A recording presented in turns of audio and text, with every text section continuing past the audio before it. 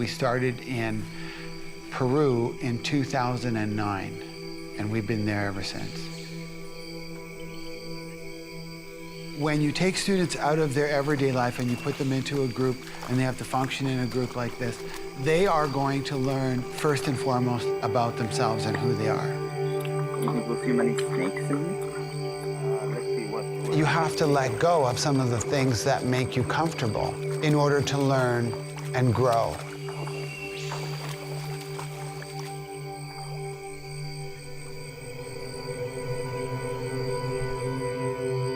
And sometimes that can be very hard. Just freaked out, I know. Alex, can you take her? I just want to go back. Okay, yeah. 16 students and 30 days in Peru. This is a transformative experience that will stay with them for the rest of their lives.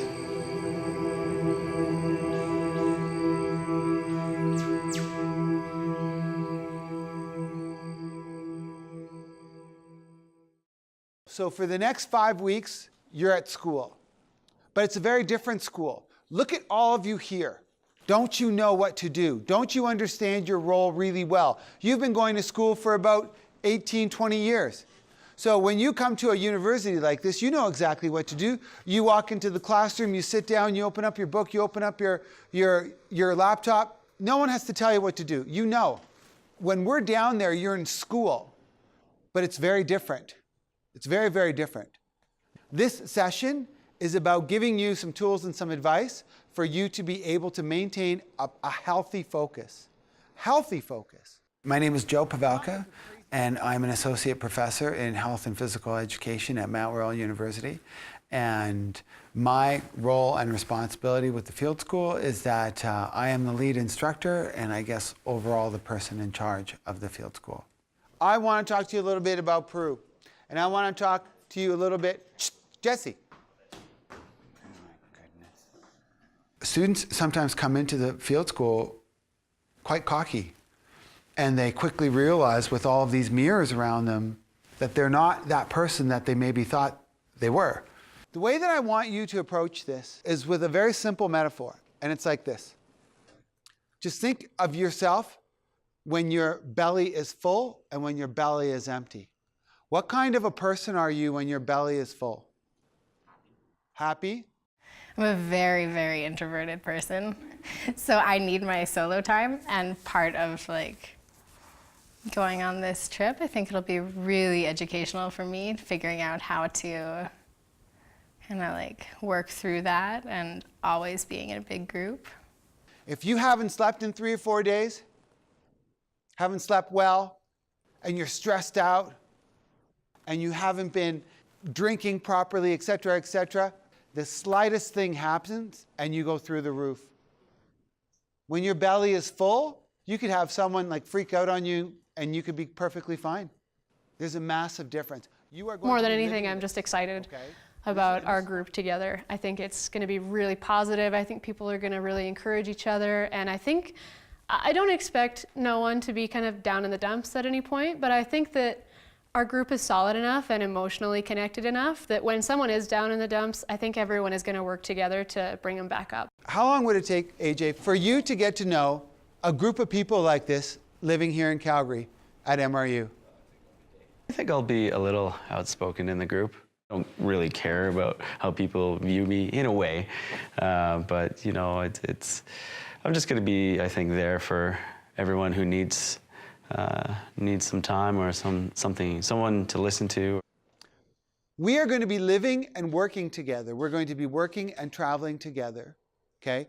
So we are going to see you in your belly full. We are going to see you when your belly empty.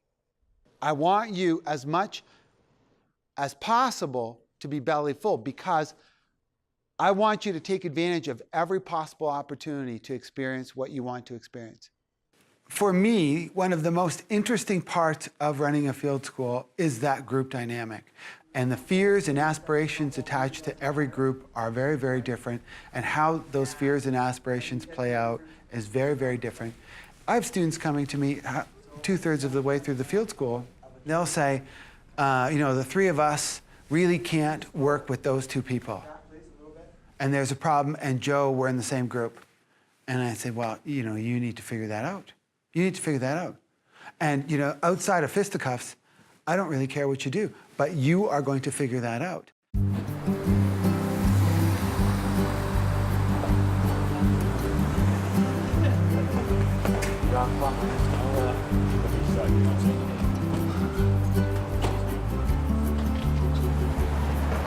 I don't think it's like fully hit me yet.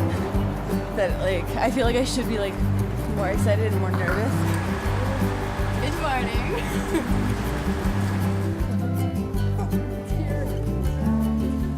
Ladies and gentlemen, final boarding call for Air Canada, flight 8102. I think it's gonna sound bad, but I think I'm gonna miss my cat more. I'm gonna miss David too, but my cat is just like my child.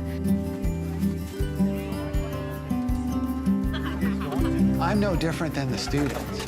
So the only thing that I have is I have the benefit of doing this many, many times, so I can learn from all my mistakes. And I have this great luxury to be able to keep doing it until I get better and better at it.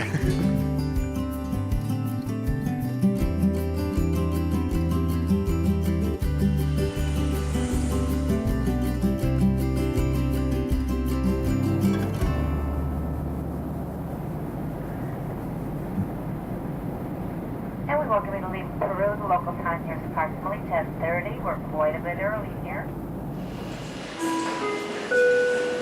Se recomienda a los señores pasajeros tener en todo momento su equipaje a la vista. We are now on the last leg of the trip, and that is our 1-hour flight from Lima to Cusco.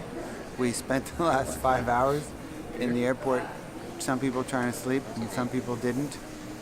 And people are doing great though, it's been very, very smooth, but I think everyone's gonna be very tired today. It's you gotta be a little bit of a road warrior to do this kind of thing, and it's been a long day. Just waiting for flight to Cusco. Pretty tired. Ordered a coffee in Spanish. Was proud of myself. Café con leche, por favor. Pretty soon we're going to be on the plane to Cusco. Finally we'll land and we'll get a chance, hopefully get some better sleep.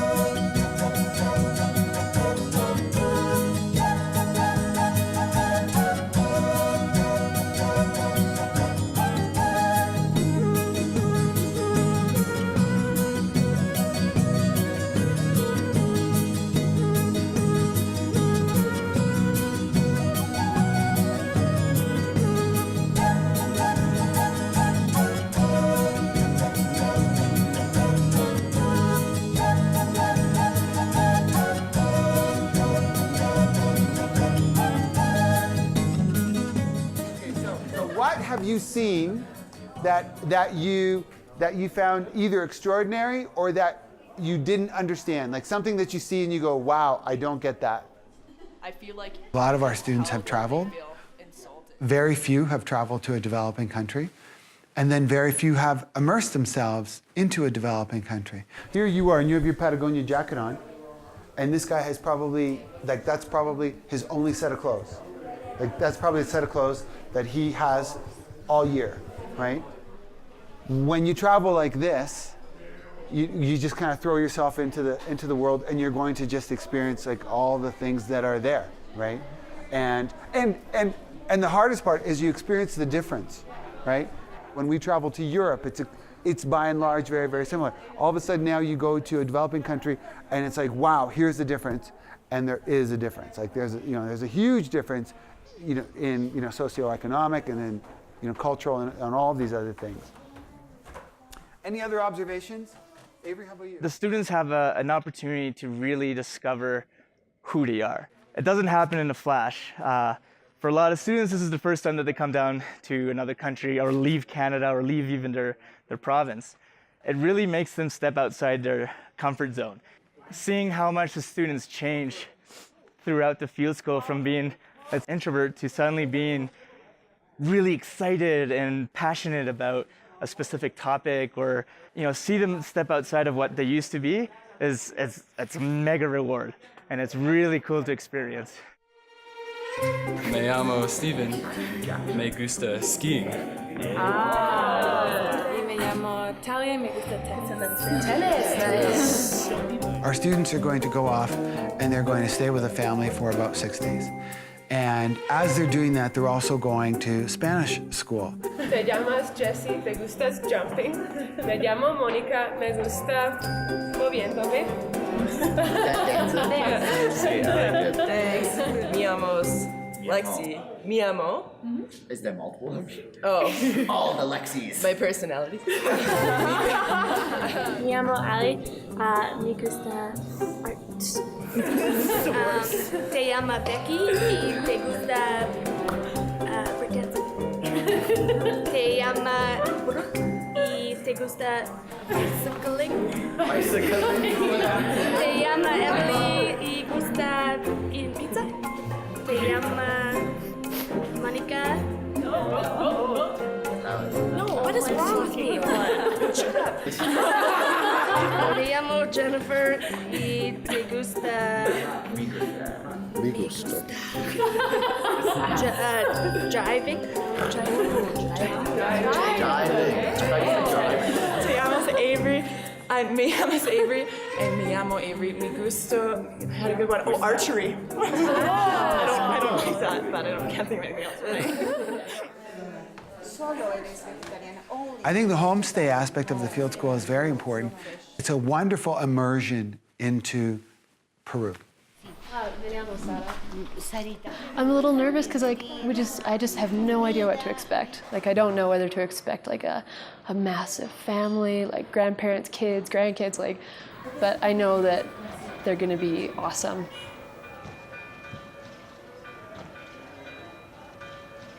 Buenos días, mi nombre es Juana María Cornejo Cazorla. Yo tengo 60 años y siempre he vivido en Cusco. He nacido en esta casa. Me encanta que personas extranjeras estén en mi casa.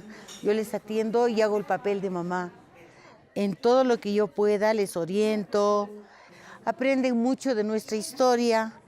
Les encanta ir a Machu Picchu, les encanta ir al Valle Sagrado, que nos enorgullece a los cusqueños.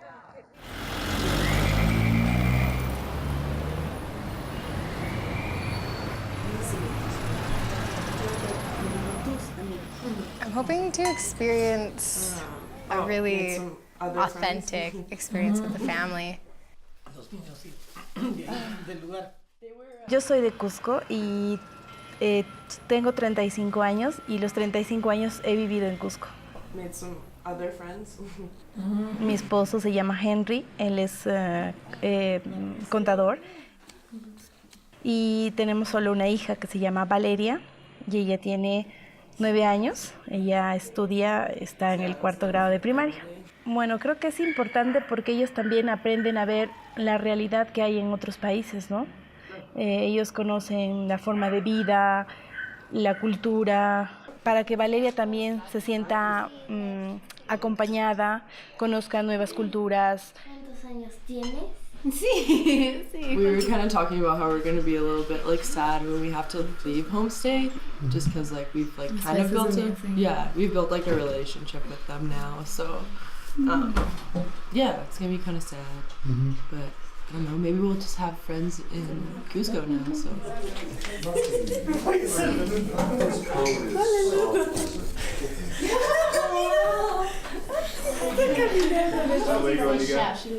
Chef. Oh, okay. Cocinero. Ciao. Ciao.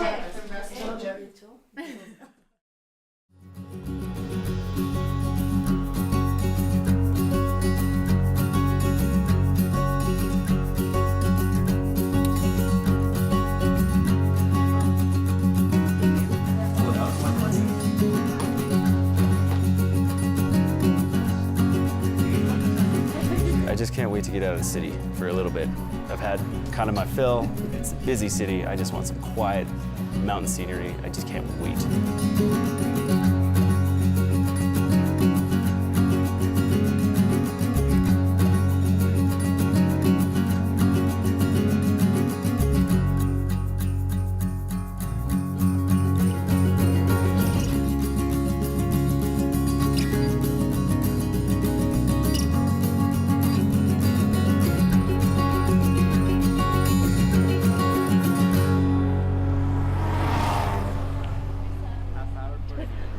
Someone was sick in there earlier, I'm pretty sure. It was gross. I did not sit down.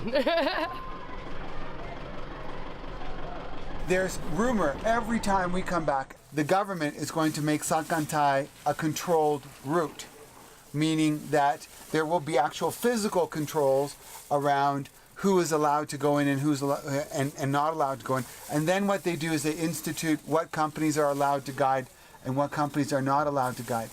The concern, though, is that the people who live along the trail get kicked out, and they do not really have an opportunity to earn a living from this, even though people are walking through their backyards, as you will see.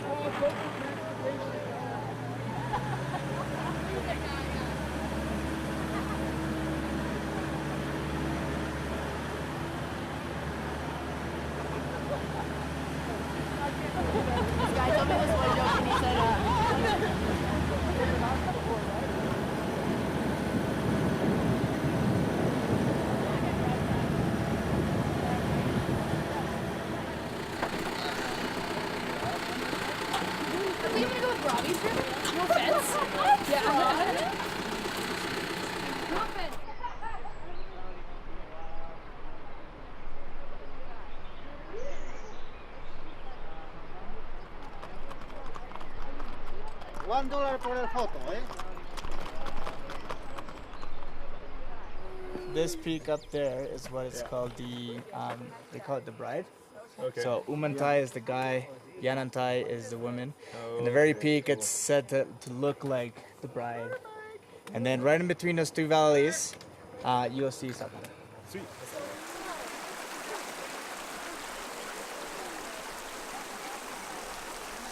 Hola, ¿qué pasó? Milagros. ¿Cómo estás, mamita? Yes. Hola, hola. ¿Qué tal, qué tal? Heavy. Everyone. We got 7 more days. Oh, I know. Yes. Well, do you guys have nails? Yeah. Oh, nice. Yeah, And then no.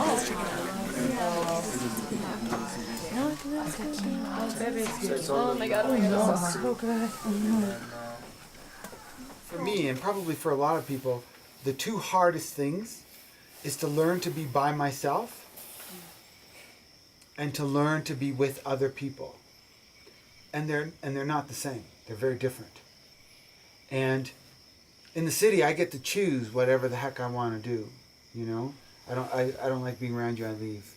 I want to be by myself. You know, or if I want to join a group. Here, I have to be thoughtful around being by myself and around being with other people. And boy, you know what? You take that with you for the rest of your life.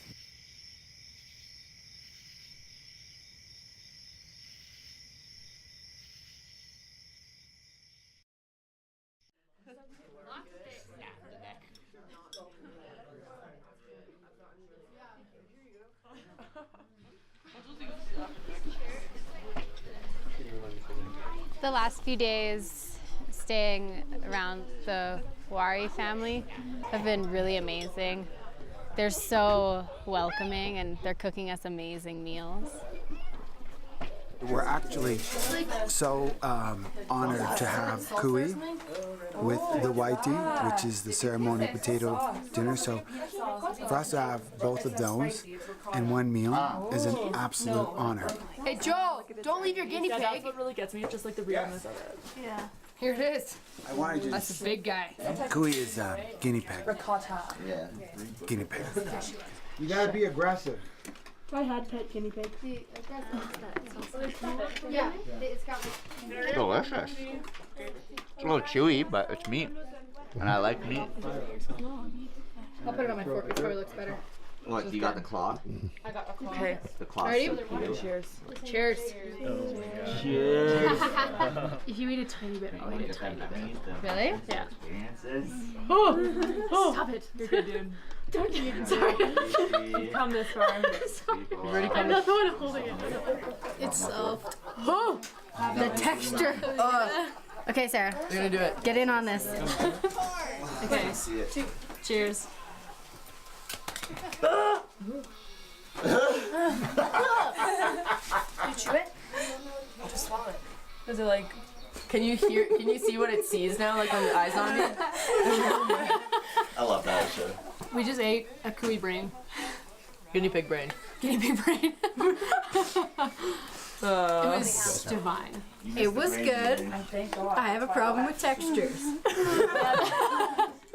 And that was one of those textures. That was a texture. It was like if you soaked a walnut in water, like for a really long time, and it was really mushy. Yeah, but then it tasted really good. Like it tasted the same as. Yeah, it was rest kind of of it. nutty. It was like peanut butter. Yeah. Maybe that's because I Guys, Yeah, guys, the guys, sauce. if you're really quiet right now, you can hear the cooey. That's not funny. That's the TV.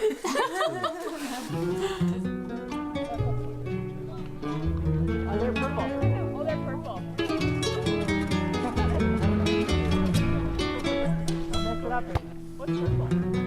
Oh, magenta.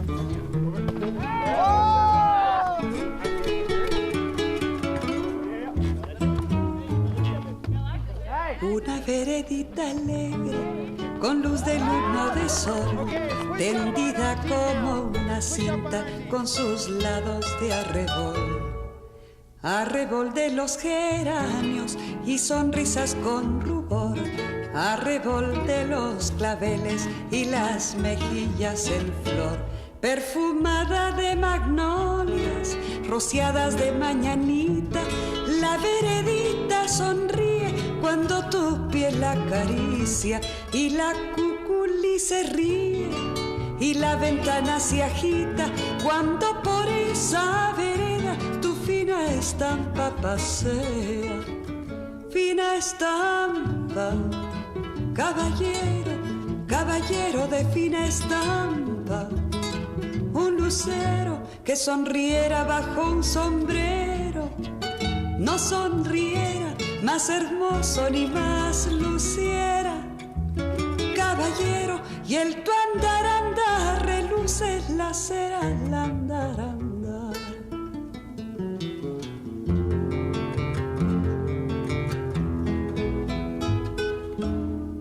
Te lleva hacia los zaguanes y a los patios encantados, te lleva hacia las plazuelas y a los amores soñados.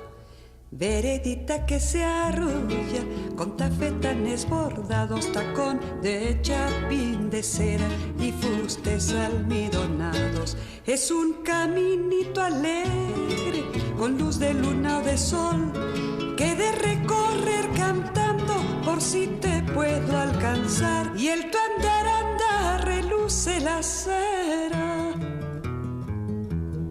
al andar, andar.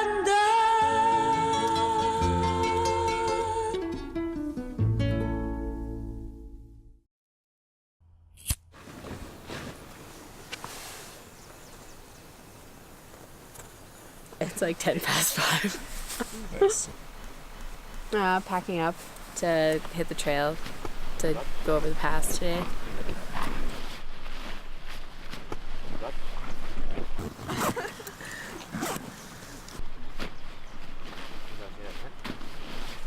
Packing up the tent, go make some breakfast. Get a move on to the pass. The pass. To the pass.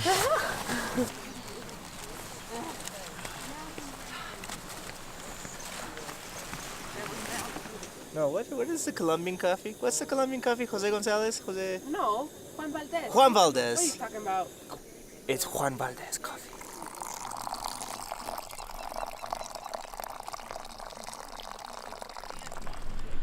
I think that's good, yeah. I think everything's good. We just need to be prepared for rain.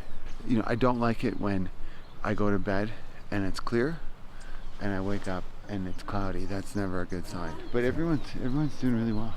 And I'm gonna say that this is the first trip that no one needs a horse on the way up. So it speaks to the health of the group. It was nice and toasty last night. I woke up at just about the right time. Just a few minutes later, Allie's alarm went off. So yeah, it was not bad sleep. This is my first type of journey or expedition, like backpacking. So it's gonna be a test, and we'll see how it goes. I think once I get through it, though, it's gonna be definitely worth it. I'm gonna be like, oh, that was nothing. But you know, it's just the lead up and the anticipation going into it that is always kind of scary.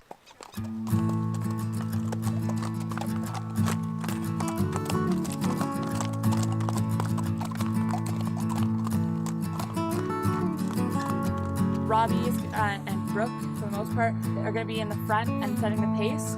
And they're setting that pace for a reason, so that we can go long distances without stopping. So don't go like ahead of them and try and beat them, because you're going to get exhausted.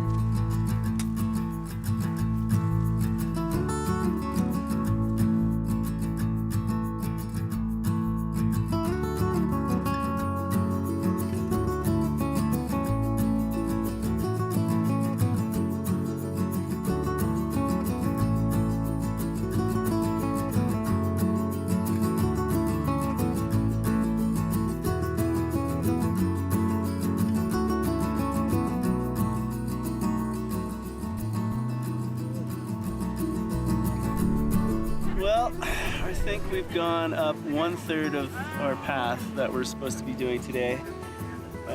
It's been beautiful, a nice easy pace, which is good for an old guy like me and the older guys.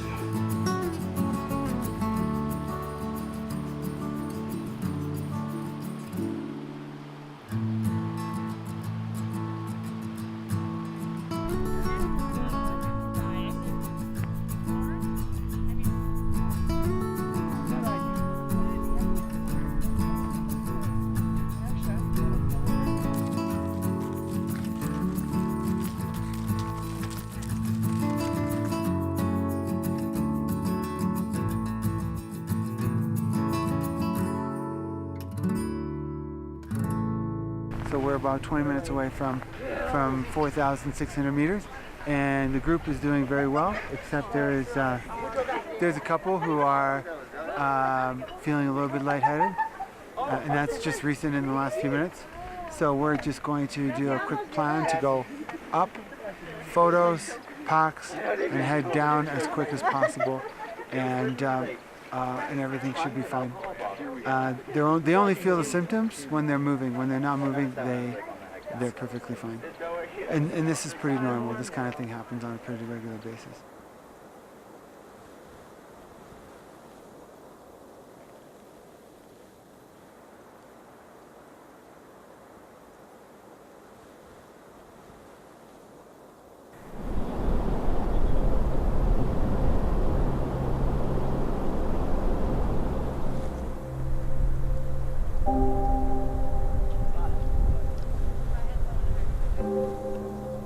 It came on so quickly. They had gone from being completely fine to almost not being able to function. Altitude sickness has 3 levels, and I thought that they were probably at the high level 1, low level 2. I was constantly checking them both for how conscious they were, and they were responding very well. It was just really frustrating because every time I would take like a little break, I would like get some energy back. And then I would like, okay, I'm gonna finish strong and make it to the tops, and then I just like collapsed kind of. I just like noticed I started feeling a little dizzy. I like wanted to go to sleep. I was so tired. I had Steven on one side and I had Brooke on the other. And that's when I realized I was like, I'm not well. I put Allie's arm over my shoulder and I was like, okay, let's go. But I think it got to the point where like everyone knew that it wasn't just getting to the top anymore. It was getting everyone up safe and like down. I want 2 people to just hang out with Allie as she hops onto the horse. Yeah, awesome. Yeah, we got it. Cool. Because they're gonna be in the back, And so I'll lead a little bit, but I'll keep in touch. We're not going to go quick at all. But as you'll find, as I said it before, as we go down, you start to feel a little bit better. But let's keep the spirits up. We did make it as a group. This is awesome. Good job, guys. So, yeah, let's throw it in your bags. Let's help each other. The group was unbelievable. Very few words needed to be said, and this is remarkable. This group didn't go through high altitude training. And to watch these young people go through this, people just became very attuned and responded in very mature ways. It was probably one of the highlights of the trip. Everyone came together. I've never felt so cared for and just so positive about an experience that was so negative at the same time. Everyone was just so caring and supportive, especially Bree. I know there's a lot of people by my side, but I remember Bree the most, holding my hand and my limp body up, but yeah.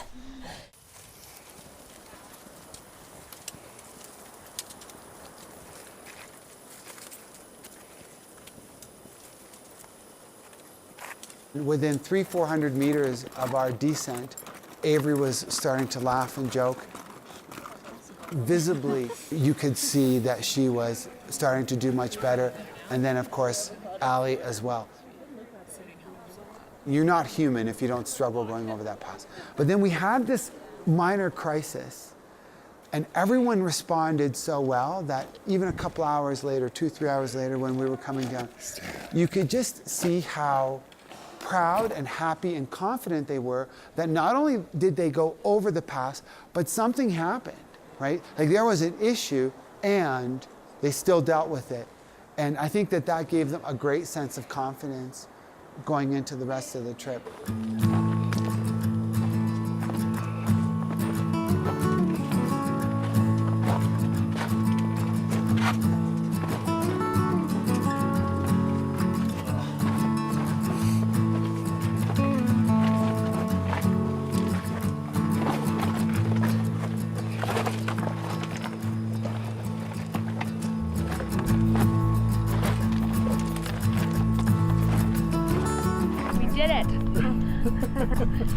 Proud of everyone.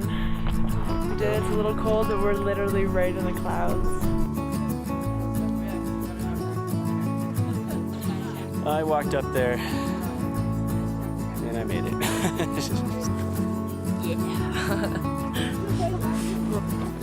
I'm thinking more of the Rain Man. That's what I'm thinking more.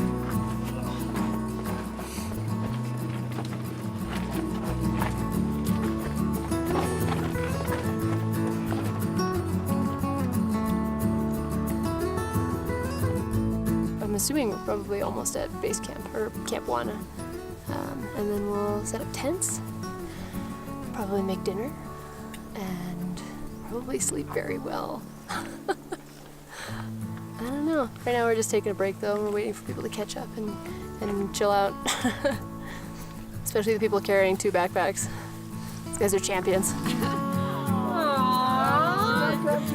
Whoa! Hey Jay. The double packer.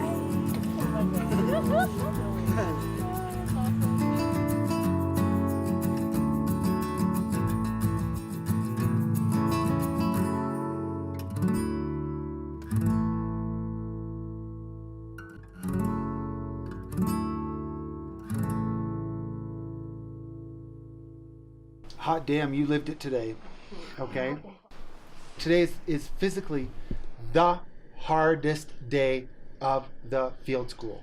There is no other day that will come close to this in terms of being physically hard. I could go around this room right now and I could say a great thing about every one of you that I saw you do today. I can't imagine what was going through Allie's head and Avery's head today when they were so close, but it didn't really matter because they were a million miles away, and that was huge. I want to commend Jesse and Kathleen and Diana and Lexi for going around this and having a comment about yourself and because I know that that's not easy. But I want to commend you for that. I think I forget how hard backpacking is. Like, I think like the idea of it is fun, and then you get out here and you're like, oh yeah, we're pooping in the woods.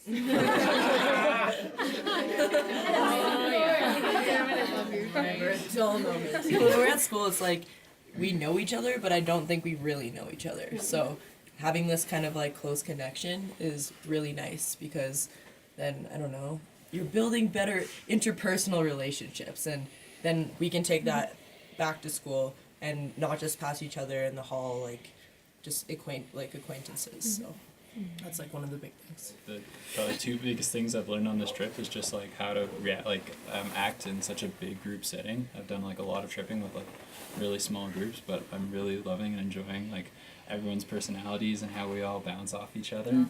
And it's also different from Canada, and it really makes it kind of just brings you down to earth and makes you realize that there's so much more to be thankful for, and yeah.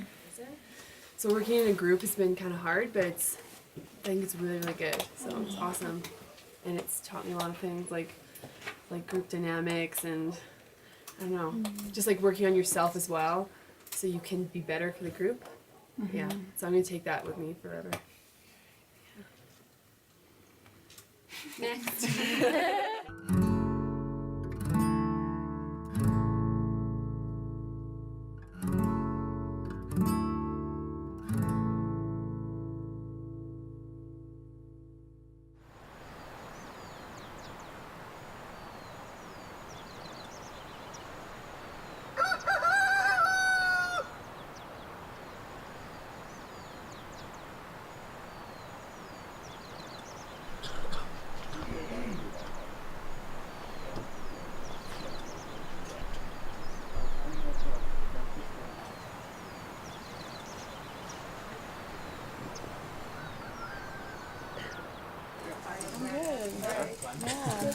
Morning. But after I have some food. Morning, Jen. May I have some water, sir? Oh yeah, 6:50 a.m. And we're up because if you can't hear right now, there's some cock-a-doodle-doodles over there. They won't shut up! Ah! But whatever. We would have gotten up like in 10 minutes anyway, so okay, maybe I would have. But it's them. There's two of them and they're evil.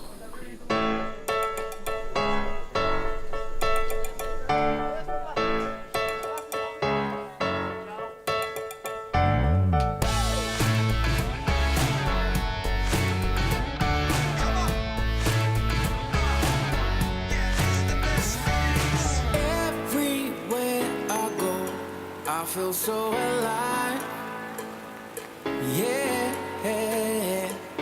I'm happy head to toe, I'm in overdrive. It's alright. Clear those clouds away, I can feel the sun, yeah. Let the music play, now we've just begun. These are the best days. These are the best days. These are the best days. These are the best days of our lives. Some people freaking out about how close we are to the cliffs, but it's pretty scenic. But it was pretty funny. I think Em's gonna shit her pants back there, but. And you'll see the light shine so bright, 'cause these are the best days. These are the best days. These are the best days. These are the best days of our lives, of our lives, yeah. Oh, can you feel the spotlight shining on down? Yeah, it's alright. Live in the moment and find your place in this world. Every boy, every girl.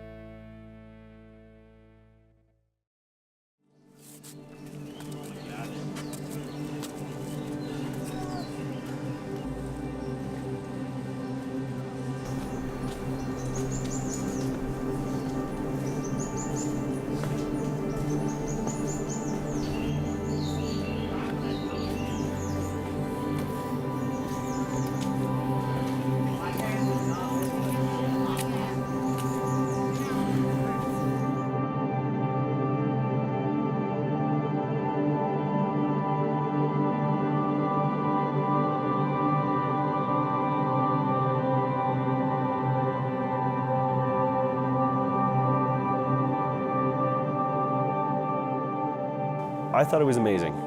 I thought it was like the history, the effort that would have gone into just like creating that, how they chiseled out of the mountain, how they found that spot.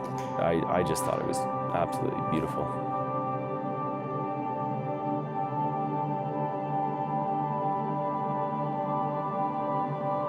You see people in photographs of Machu Picchu, but you never really realize how many people are there until you're there as well, and you've got people bumping into you all the time. So it really made me think about tourism a lot more, and when something kind of tips from being kind of a smaller, like a niche thing, to being this mass tourism.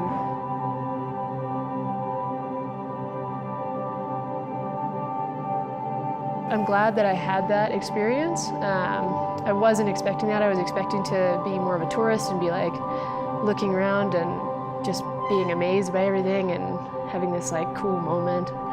But I'm glad that it didn't happen that way. So that was really interesting for me.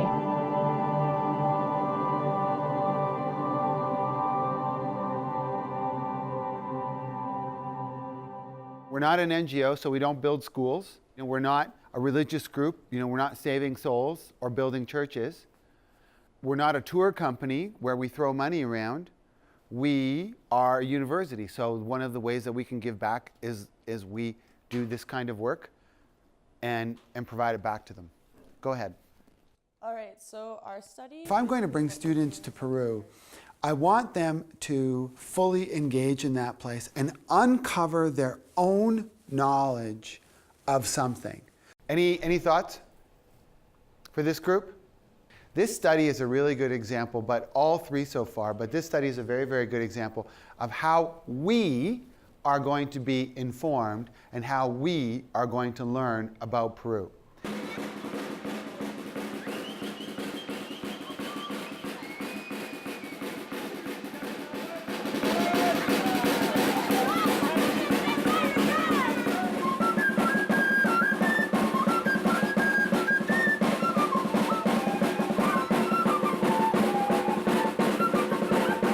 Our study, basically what we're doing is a comparison of child's aspirations in Canada versus child's aspirations in Peru. We've already went to the Vincent Massey School and we've administered the survey to grade 7s, 8s, and 9s. We were going to translate all the questions that we originally had and put them in Spanish.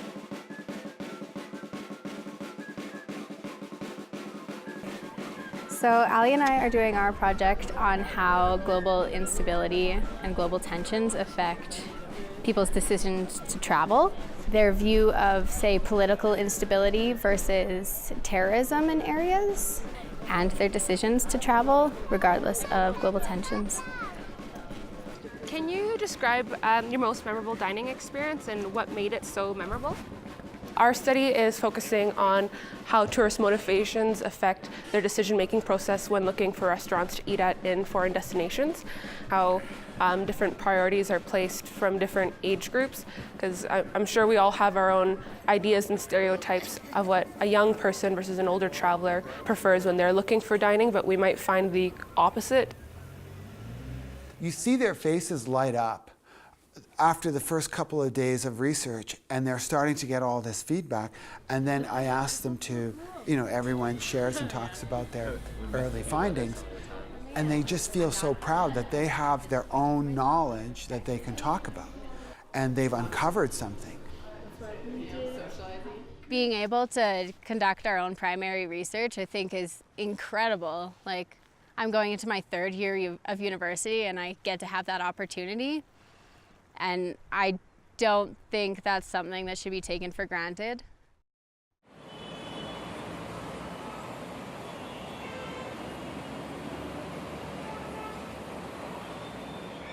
We have a plan, 6 days, 5 nights going to the jungle. We leave by boat for a couple hours maybe, and then we go to Shintuya community, somewhere here. And here in Shintuya is where we will do the work.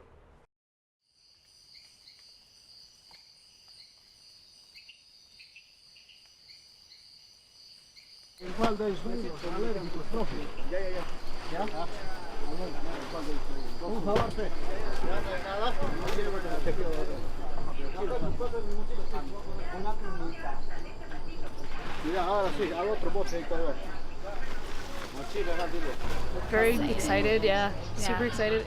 It's very hot. I'm excited for the breeze. Yeah.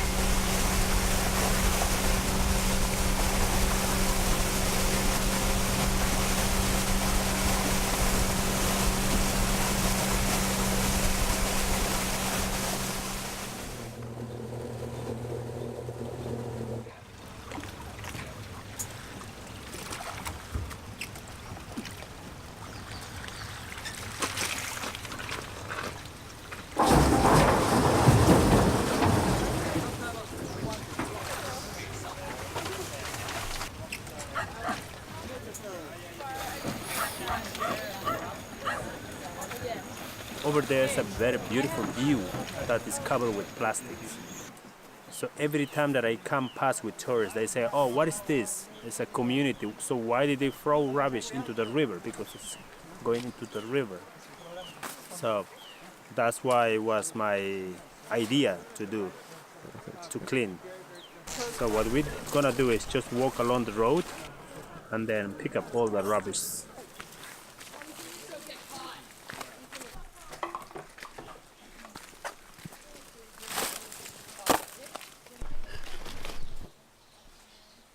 Like, what do you think the people here think when they see us coming and picking up garbage in their community? What, like what goes through their head? I don't think so they understand. No? No? You don't, eh? Oh. They don't. Like, why they come to the jungle? Why they come to our place to pick up rubbish? Yeah. Rubbish is not nothing you can sell here. Yeah. They don't understand. Simple. Are they embarrassed, do you think? They are really embarrassed. Yeah. I was just talking with a boy there, and then the boy said, look, you're standing up on top of the batteries and CDs, broken CDs. Just pass me, I said. I can't. It's rubbish. He says, it's rubbish. But this is the point. Pick rub. Yeah. He won't do it. He will put his hand here. As we were walking down the road, picking garbage, I kind of looked to Joe and I was like, I think I want to do my practicum with Bonanza. The rainforest is a really beautiful place to learn, and there's so much to know about it. Okay, you see? We are very smart, huh?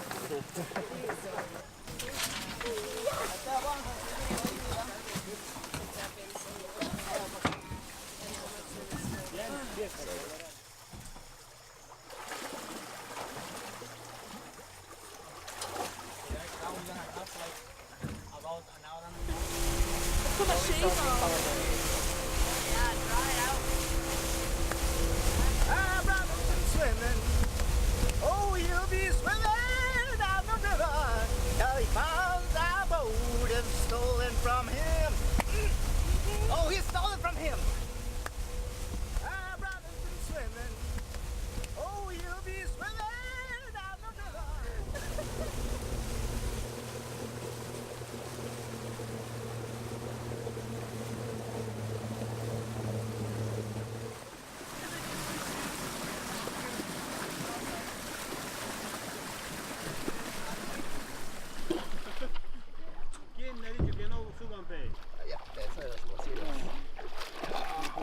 Acá tenemos oro. It's so cute.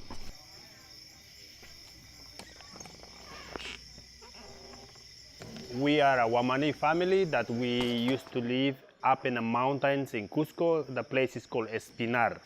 My uncles, my father, and few of my aunts, they left to explore a new place where to live. That was this jungle. We are 6 brothers and sisters. To survive here in the jungle, it's been a very tough thing that happened to us, guys. We start to suffering of many different diseases. At that time, yellow fever. And then slowly my cousins start to dying, one and another and another. And then one of my brothers as well died. And then my uncles and with few of my aunts, they started talking together why we are here. We're gonna lose all our generations. We should go back Cusco. But my father, he insists to stay here.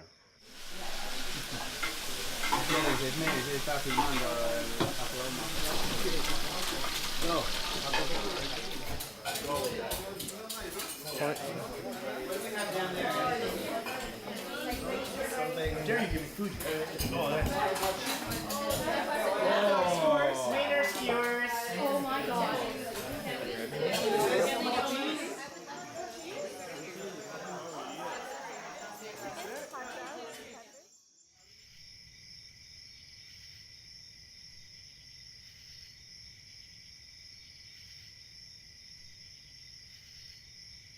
Canoeing is a lot of fun, and I love it, but there are just some things you can't control, right, about the river, and there is no way I want to tip in that river.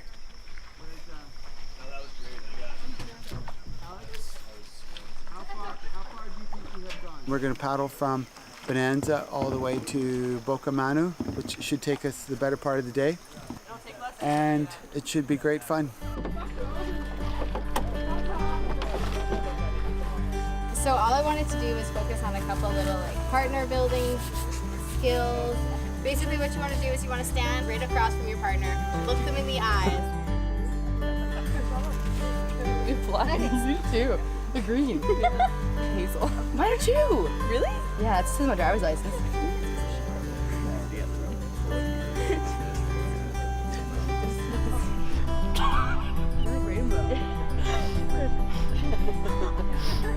Free girl, taking that jungle air. Yeah, jungle. Okay? So safety, strokes, head out. Okay? Let's go.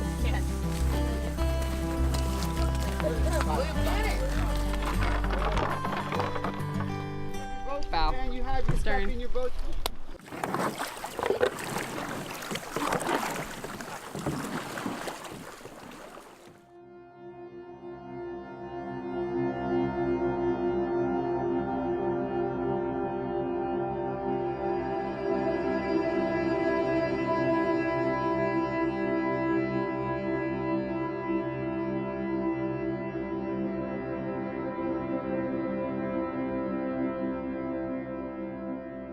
The scenery is absolutely stunning.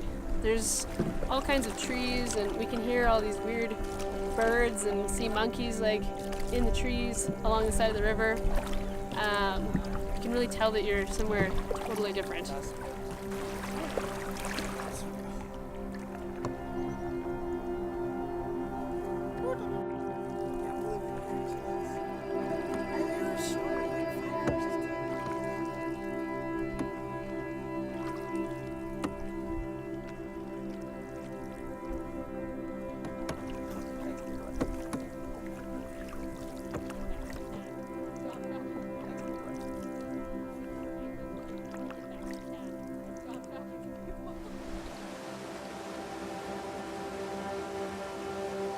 Seeing the uncontacted people was a very weird feeling. We were going by them, and I was like, this is what it would feel like if I saw a spaceship land.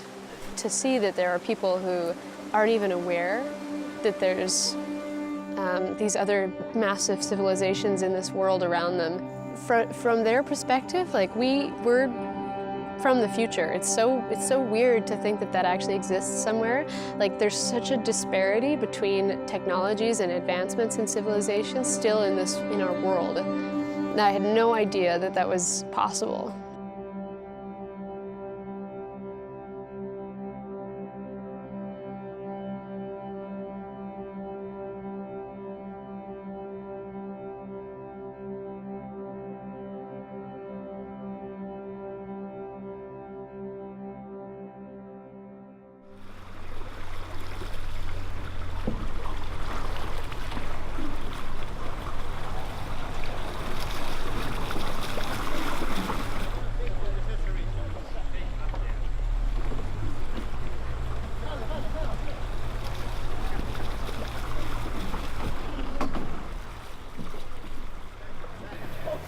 We just arrived in Boca Manu after 5-6 hours on a boat in the canoe.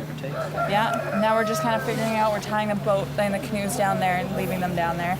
But the Boca River is like, there's no shoulder, there's no place to go off. It's just really, really steep. So I think we're now going to try and get the bags up here.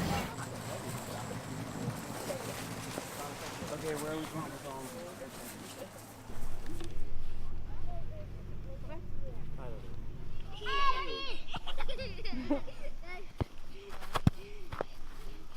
This is a place that's so cut off from everything that I know, and people are living here and making a life here and having tons of kids, and the things that they appreciate and the things that they value are so different.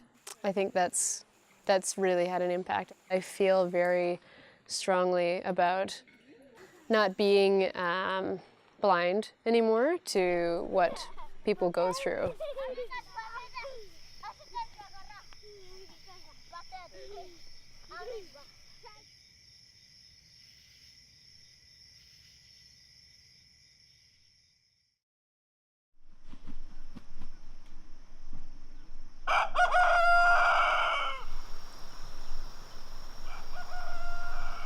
When we go off and do these experiences, having cerebral experiences and challenges is great.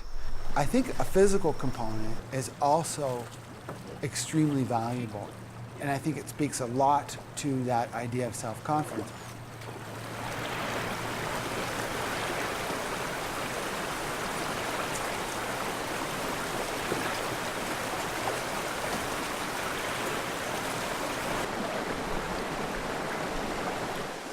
Paddle out to the center!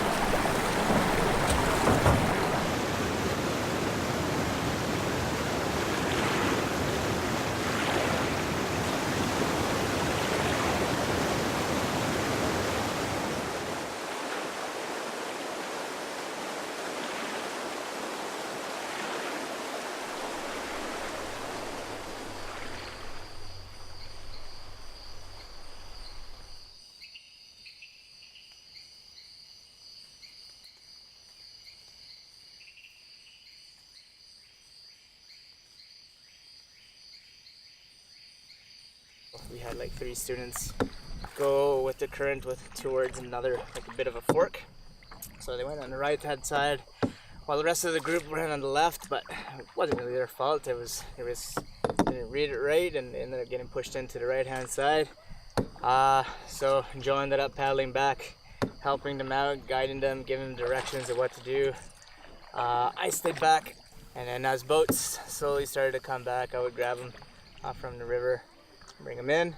So that was just a little bit of adrenaline at some point. But what's a good trip without a little adrenaline, right?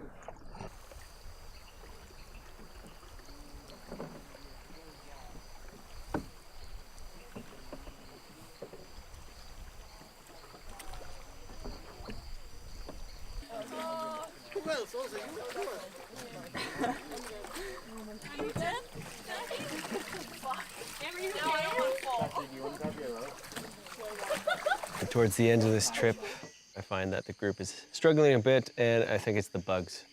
Bugs are driving people insane. Hopefully people can stay happy for a couple more days.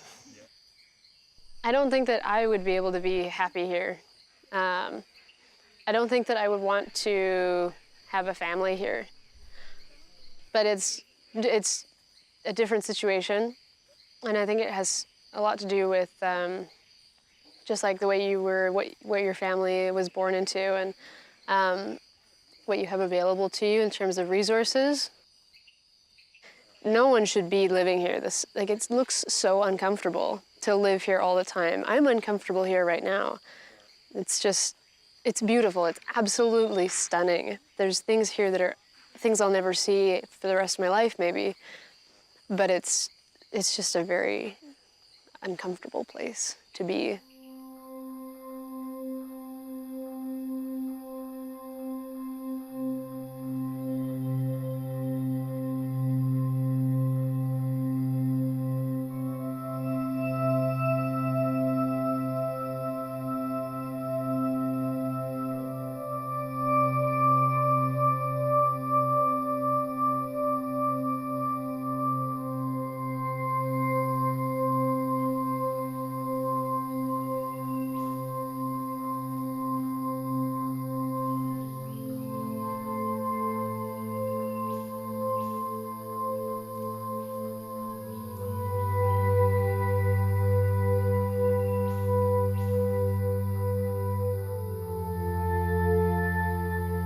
I've had many students say, I never thought I would ever do something like this in my entire life.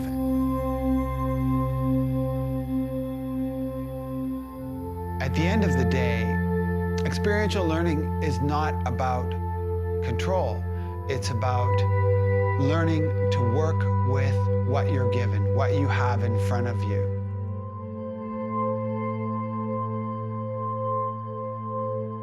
I think it's very necessary not to live in a bubble of you know, here I am and all my life is great around me and I don't really care about anything else. And I don't think people do that intentionally, but you don't get to understand unless you're here and you actually see it. You can't just watch a commercial about kids dying in Africa and realize what it's like to actually live there. The one thing that I've learned, you can never really stop being humbled by your surroundings. I think that's just such a beautiful thing to experience. Textbooks and writing notes can only teach you so much. When you actually get to see and feel and smell the real thing, you do get a different perspective and really do appreciate what you have, and hopefully it just changes you for the better.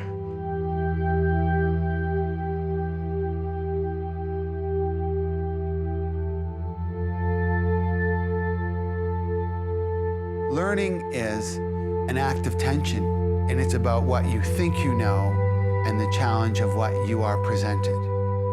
And that, in and of itself, is a process of discovery.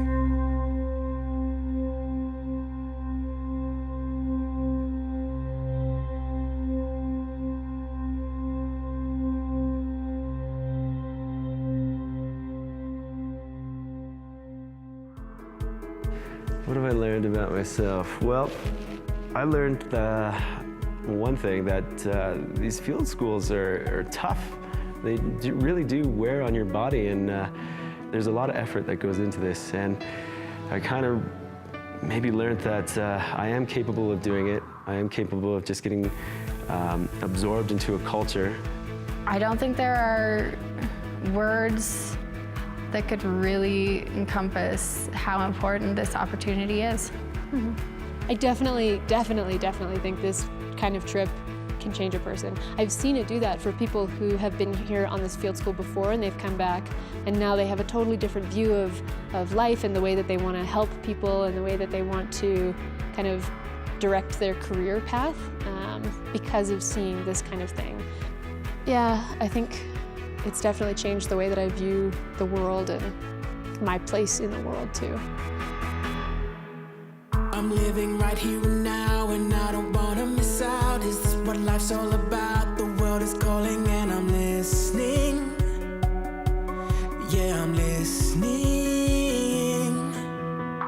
I feel the freedom inside. Come on, let's go for a ride. I finally opened my eyes and I can see it so clearly. So clearly. Life is but a dream. And isn't it amazing? Oh, life can be amazing. Oh, I feel my heartbeat racing. I'll fly, soaring ever higher. I can light my inner fire, and then we'll see what happens now. What happens now? And then we'll see what happens now. What happens now? Watch what happens now.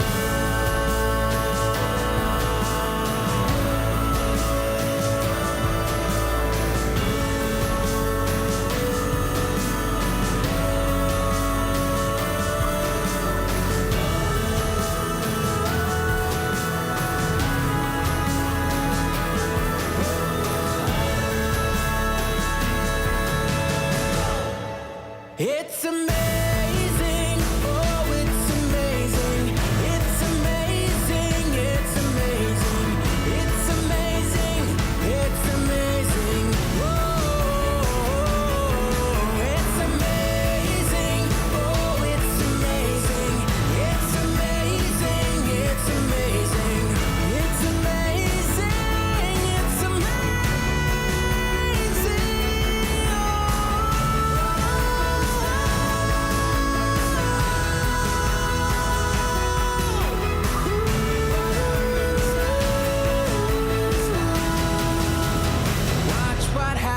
happens now?